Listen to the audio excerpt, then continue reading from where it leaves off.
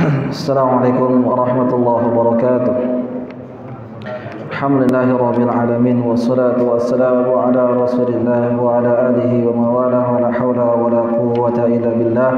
Allahumma salli wa sallim wa barik wa an'im ala habibina rasulina al-karim Muhammad sallallahu alaihi wasallam wa ala alihi wa sahbihi rasulillah ajma'in. Ikhwani wa akhwati fillah rahimani wa rahimakumullah kaum muslimin wal muslimat. Kita lanjutkan kembali dialog antara Abdullah bin Abbas bersama orang-orang Khawarij. Terakhir tadi kita bacakan tentang syubhat mereka yang ketiga, yaitu mereka mengatakan kenapa Ali menghapus nama Amirul Mukminin ketika sedang perjanjian damai antara Ali dengan Muawiyah. Ya. Kemudian qultu lahum, kata Abdullah bin Abbas, ara'aytum in qara'tu 'alaikum min kitabillah wa sunnati rasulih sallallahu alaihi wasallam ma yaruddu qaulakum atarji'un. Bagaimana kiranya apabila aku bacakan kepada kalian Al-Qur'an, kemudian hadis Nabi sallallahu alaihi wasallam yang akan membantah syubhat kalian, apakah kalian akan kembali kepada jalan yang benar? Mereka mengatakan qalu na'am, iya. Nah, jadi ini juga termasuk faedah kalau kita berbicara dengan orang itu biqadri uqulihim, sesuai dengan kadar akalnya. Kalau kita berbicara dengan orang yang ahlu ilmu, maka kita bawakan dalil. Karena maunya orang-orang Khawarij itu adalah dalil, maka dibawakan dalil. Tapi kalau kita berbicara dengan orang awam, para petani yang hari-harinya hanya mencangkul di sawah, maka nggak paham kita bawakan dalil, ya akan diketahui nanti. Maka berbicara seorang itu dengan sesuai dengan kadar akalnya. Baik. Qultu, kemudian Abdullah bin Abbas membantah atau menjawab syubhat mereka yang pertama.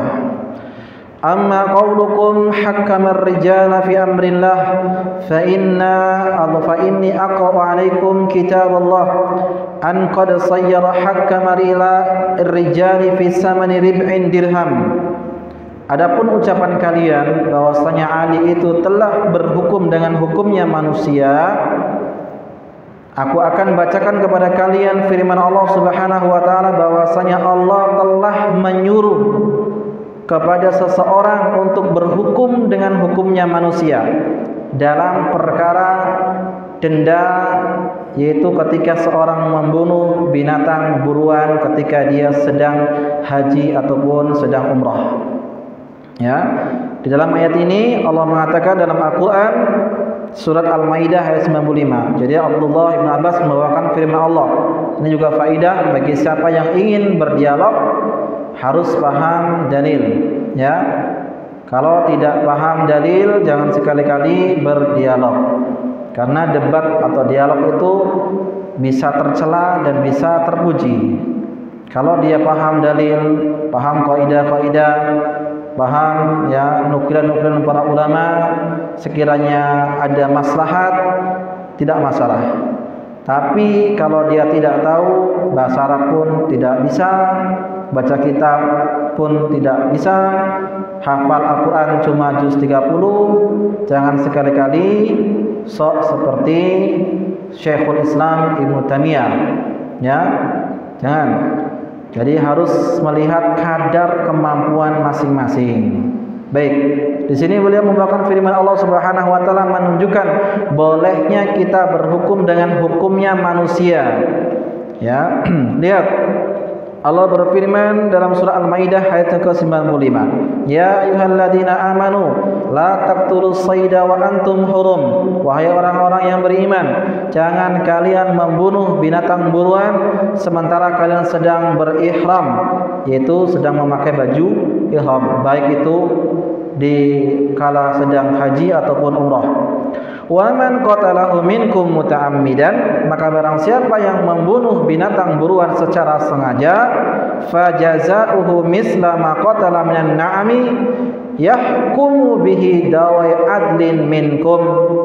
Maka barang siapa yang membunuh binatang buruan secara sengaja, dendanya adalah mengganti dengan hewan ternak yang sepadan dengan buruan yang dia bunuh, dan harga binatang ternak tersebut diputuskan oleh dua orang yang adil.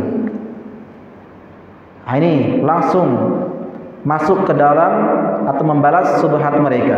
Di sini Allah memerintahkan seseorang untuk berhukum dengan hukumnya manusia ketika dia membunuh binatang buruan. Tatkala contoh kita sedang ihram umrah ataupun haji, ya, kemudian kita membunuh merpati, maka dendanya itu diputuskan oleh dua orang yang adil.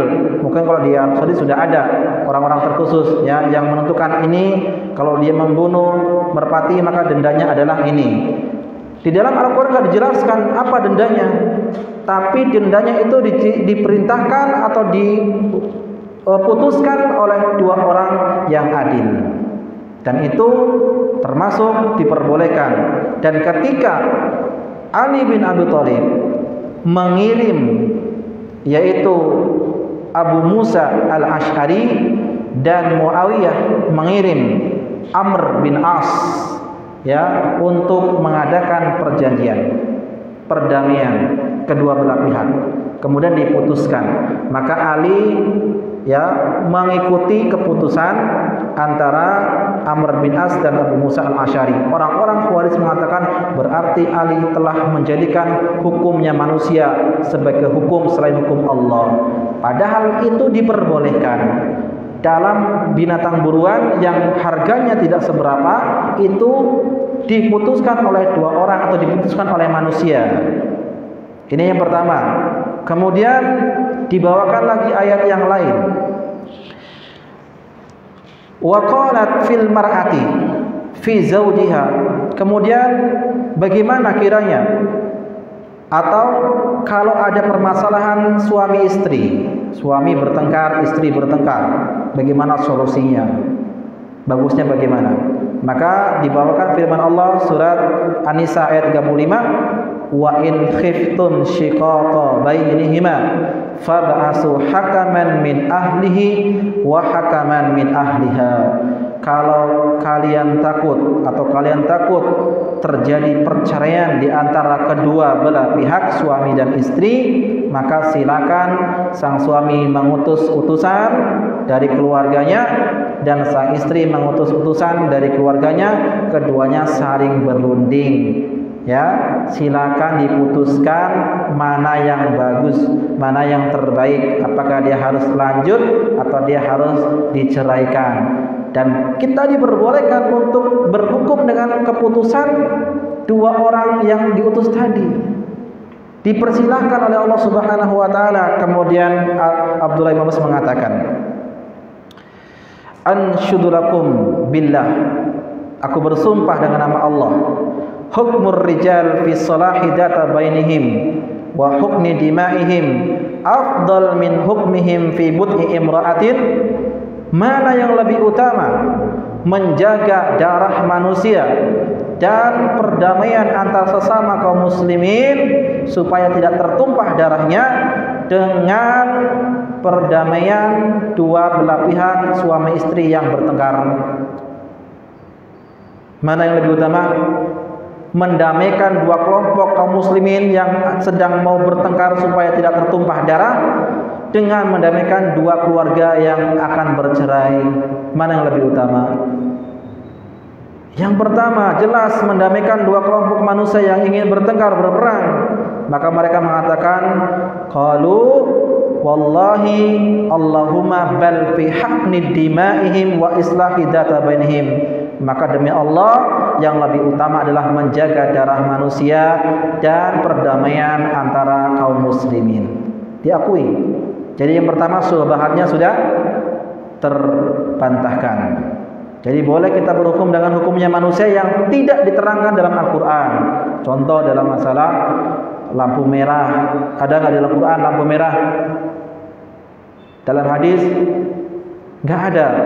Tapi ketika diputuskan oleh pemerintah, maka kita harus taati. Bukan berarti nggak boleh kita berhukum dengan hukumnya manusia, berarti Anda kafir. Nah, ini orang yang nggak paham masalah ini. Ya, dalam masalah keluarga saja kita diperbolehkan untuk berhukum dengan keputusan dua orang yang berdiskusi atau yang berdialog supaya selesai. Bagaimana dengan masalah yang lebih besar daripada itu? Kemudian yang selanjutnya, wa amma qaulukum qatala wa lam yasbi wa lam yaknam. Sementara ucapan kalian ketika Ali memerangi Aisyah atau berperang keduanya antara Ali dan Aisyah, kemudian Ali tidak menawan Aisyah dan tidak menjadikan harta ghanimah, ya. Kemudian beliau mengatakan, Abdullah bin Abbas mengatakan, afatasbuna ummakum Aisyah, apakah engkau ridho ingin menawan ibunda kalian Aisyah radhiyallahu taala anha? Tastahilluna minha ma tastahilluna min ghairiha wa hiya ummukum, apakah engkau akan menghalalkan Aisyah radhiyallahu taala anha sebagaimana engkau menghalalkan wanita-wanita yang lain sementara dia adalah ibunda kalian? Ya. Fa in qultum, jika kalian mengatakan inna nastahillu minha mastahilla min ghairiha faqad kafartum, jika kalian mengatakan bahwasanya kami menghalalkan ibunda kami atau menghalalkan Aisyah radhiyallahu ta'ala anha sebagaimana wanita-wanita yang lain, maka sungguh kalian telah kafir. Ya. Wa in qultum laisat bi ummina faqad kafartum, dan jika kalian mengatakan bahwasanya Aisyah bukan ibunda kita, juga kalian kafir. Ya, kalau menghalalkan ditawan, berarti kan seperti perempuan biasa. Ya, kalian kafir. Kalau kalian menganggap bukan ibunda Aisyah, Aisyah bukan ibunda Ummul Mukminin, kalian juga kafir. Bingung jadinya. Maka Abdullah bin Abbas mengatakan, membawakan firman Allah surah Al-Ahzab ayat yang ke-6, An-nabiyyu aula bil mu'minina min anfusihim wa azwajuhu ummahatuhum. Nabi SAW lebih mulia daripada orang-orang beriman, dan istri-istri Nabi adalah ibunda mereka orang-orang beriman. Ya, jadi ibunda kita atau istri-istri Nabi adalah ibunda Ummul Mukminin. Sehingga mereka bingung. Fa antum baina dhalalataini, kalian terjatuh ke dalam kedua kebingungan atau kedua kesesatan. Fa'tu minhuma, pilih di antaranya. Memilih menghalalkan atau memilih untuk mengatakan bahwasanya Aisyah bukan ibunda kaum muslimin. Enggak bisa jawab. Akhirnya apa? Afa kharajta min hadihi, apakah aku sudah membalas atau sudah menjawabnya? Qalu na'am, ya. Ini subhat yang kedua. Kemudian subhat yang ketiga, amma qaulukum maha nafsahu min amril mu'minin fa inni ataitukum bima tardawna qad sami'tum anna an-nabiy sallallahu alaihi wasallam yaumal Hudaybiyah salahal musyrikin. Bahwasanya ucapan kalian ketika Amirul Mukminin yaitu Ali menghapus namanya Amirul Mukminin ketika perjanjian damai dengan Muawiyah, aku akan mengatakan atau membawakan sebuah ucapan yang akan menjadikan kalian ridho. Tidakkah kalian mendengar bahwasanya ketika Nabi SAW ada perjanjian Hudaybiyah dengan orang-orang musyrikin, kemudian Nabi mengatakan, ya Ali uktub, wahai Ali tulislah, ya, hada ma salaha alaihi Muhammad Rasulullah, ini perjanjian dari Muhammad Rasulullah. Qalu, kemudian orang-orang musyrikin mengatakan, lau na'lamu annaka Rasulullah ma qatalnaka, seandainya kami mengetahui bahwasanya engkau itu Rasulullah, kami tidak akan memerangimu. Hapus nama Rasulullah, kata orang-orang musyrikin. Maka dihapus, sehingga Rasul mengatakan, ya Ali umhu, ya wahai Ali, hapus nama Rasulullah. Uktub hada ma salaha alaihi Muhammad ibn Abdillah. Uktub wahai Ali, tulislah wahai Ali, ini perjanjian dari Muhammad bin Abdillah. Jadi nama Rasulullahnya hilang, ya, gelar Rasulnya dihilangkan, dihapus. Maka Abdullah bin Abbas mengatakan, "Fallahi la Rasulullah sallallahu alaihi wasallam khairun min Ali." Demi Allah bahwasanya Rasulullah itu lebih baik daripada Ali.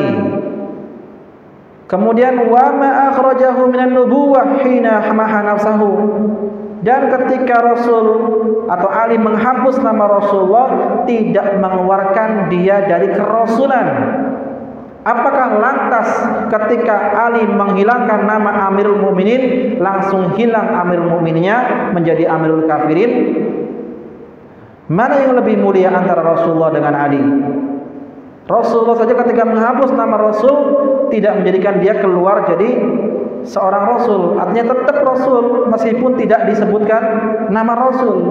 Sama dengan Ali ketika ada perjanjian damai dengan Muawiyah, dihilangkan nama Amirul Mukminin. Apakah ketika menghilangkan nama Amirul Mukminin menjadi langsung menjadi Amirul Kafirin?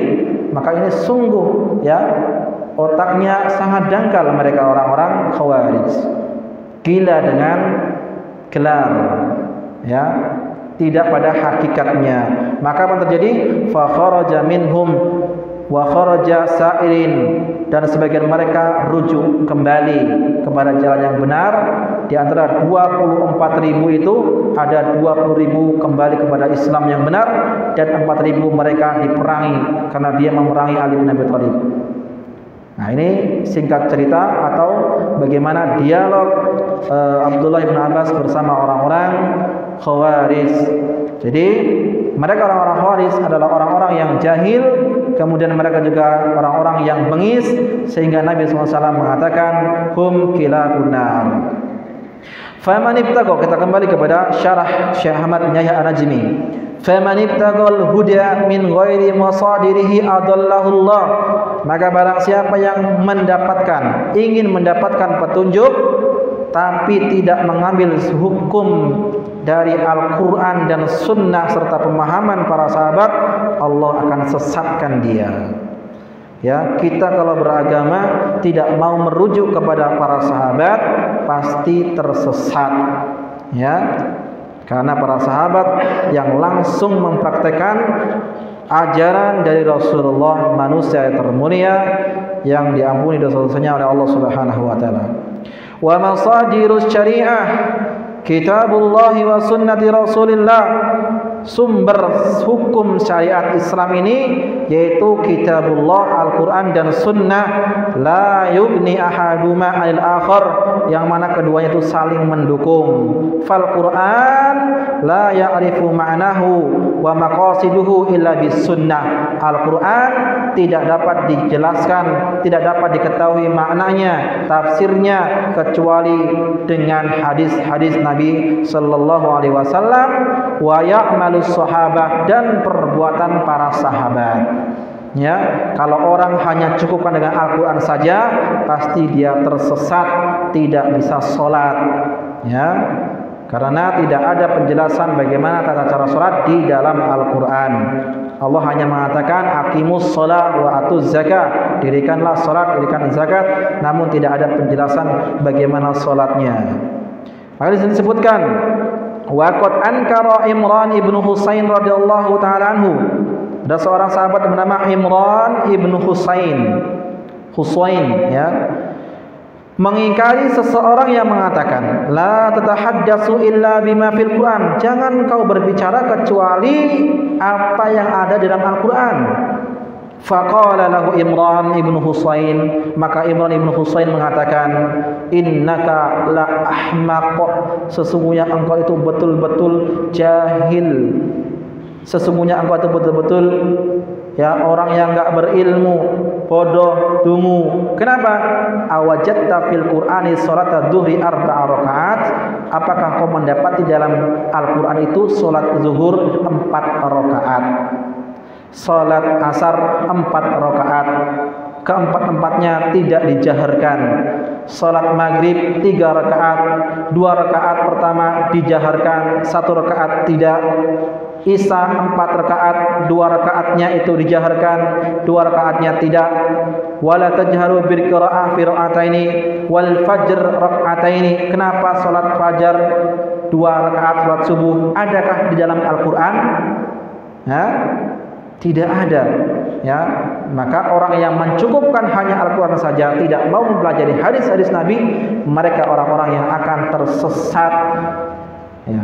Maka tidak bisa dipisahkan seperti sayap, dua sayap yang saling membutuhkan. Kalau sayapnya satunya patah, tidak bisa terbang. Sama Al-Quran dan Sunnah juga demikian, seperti dua sayap yang tidak mungkin satunya dihilangkan. Dua-duanya harus kita bawa. Dan tidak cukup hanya Al-Quran dan Sunnah, namun juga praktek daripada syarat itu para sahabat radhiyallahu anhum ajmain. Yani anna sunnata mabniyatun lil Quran walladzina ballagus sunnah hum ashabi Rasulillah. Bahwasanya Al-Quran ya dibangun di atasnya itu hadis-hadis Nabi sallallahu alaihi wasallam, dan yang menyampaikan sunnah, yang menyampaikan hadis Nabi sallallahu alaihi wasallam adalah para sahabat.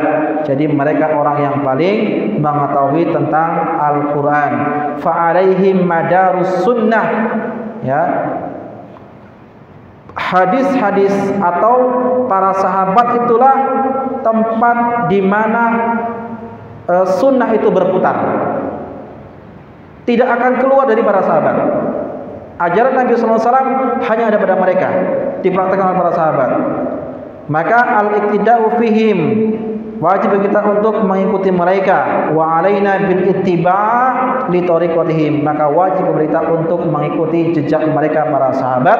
Wa nahjihim, jalan mereka. Wa makanu alaihi, dan apa yang dipraktikkan oleh mereka. Wa man lam yaf'al dzalik faqad dhalla waqtada, maka barang siapa yang tidak mengikuti para sahabat, tidak mau mengikuti ajaran mereka, pemahaman mereka, dia orang yang tersesat dan orang yang melakukan perbuatan bid'ah.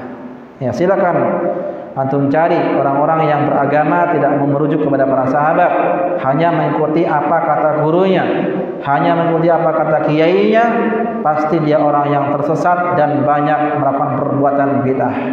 Antum bisa cari, silakan buktikan sendiri. Maka kita Ahlus Sunnah wal Jamaah, tolak ukurnya adalah para sahabat radhiyallahu anhum ajmain dalam semua aspek ibadah, muamalah, akidah, semuanya itu merujuk ke mereka para sahabat. Ini yang menjadikan pembeda antara kita dengan kelompok-kelompok yang lain. Sampai di sini pertemuan kita, insyaallah akan kita lanjutkan billahi taala dalam pelajaran ini di bulan yang akan datang.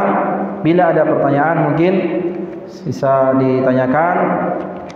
Kalau ada yang bisa ditanyakan atau yang bisa saya jawab. Kalau enggak, wallahu taala a'lam bishawab. Nah.